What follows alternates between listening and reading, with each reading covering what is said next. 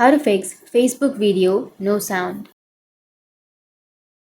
So if you want to fix the Facebook video no sound problem, then what you need to do is first, there are a few steps. So open up your Facebook app on your mobile device, then tap on the menu button which is here on the upper right. After that, scroll down a bit and tap on settings and privacy, and then tap on settings.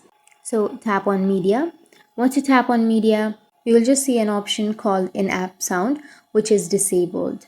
So once you're here on the media option, you will have an option of in-app sound. So if you have an option of in-app sound, then make sure that it is turned on. So if you have turned off that option, then go and turn on. Once you turn on that option, now if you scroll down here, you will have an option of videos start with sound. So if you've toggled that off, then simply toggle it on.